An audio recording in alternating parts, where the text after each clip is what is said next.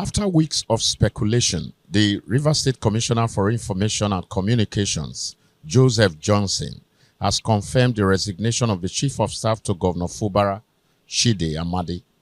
Amadi becomes the 10th political protege of the immediate past governor and incumbent FCT Minister Nyesom Wike to throw in the towel since the outbreak of the political crisis in Rivers State.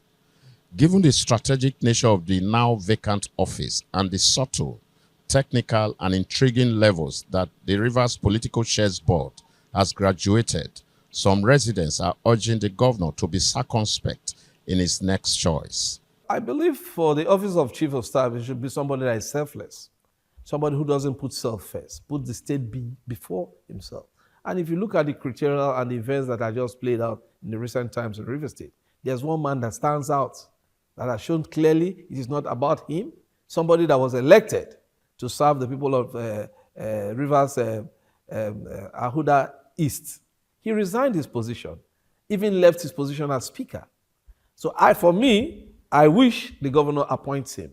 I think he's a strong ally of the governor, and the governor will definitely want to have him play some critical role. So I think in the light of the last development of his appointment, it's clear that it's part of the game that is going on. Among the frontrunners to the Chief of Staff office is the immediate past and court-recognized former factional Speaker of the Rivers State House of Assembly, Edison Ehie.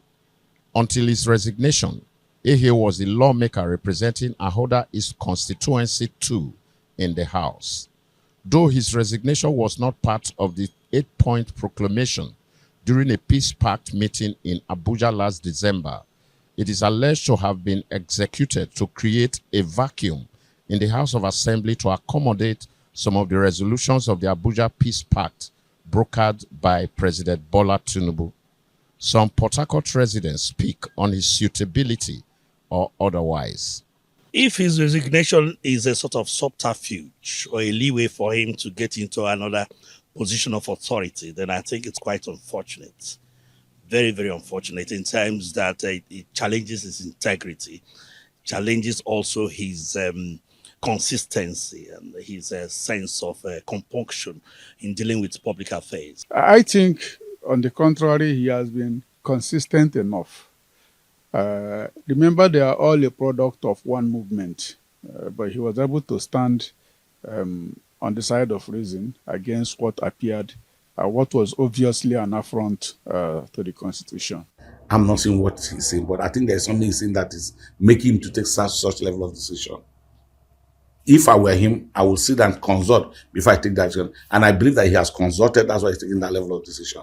And I think he's doing it for the interest of Rivers State, not about his own interest. It is still no longer at ease in Rivers politics, especially after last week's outburst by FCT Minister in Beira, Kanu local government area, that the Rivers State people would know who is politically in charge of the state between him and the governor in 2027.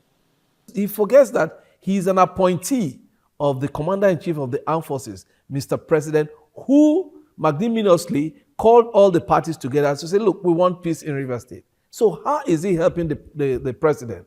By creating more crisis and more division in the states. These are the things. I think he is a father, he's an elder, he's a leader. He should think about it. Meanwhile, many Rivers people are still taken aback that 9 months after, politicking rather than governance is still continuing to occupy the front burner in Rivers State. From Port Harcourt, the Rivers State capital,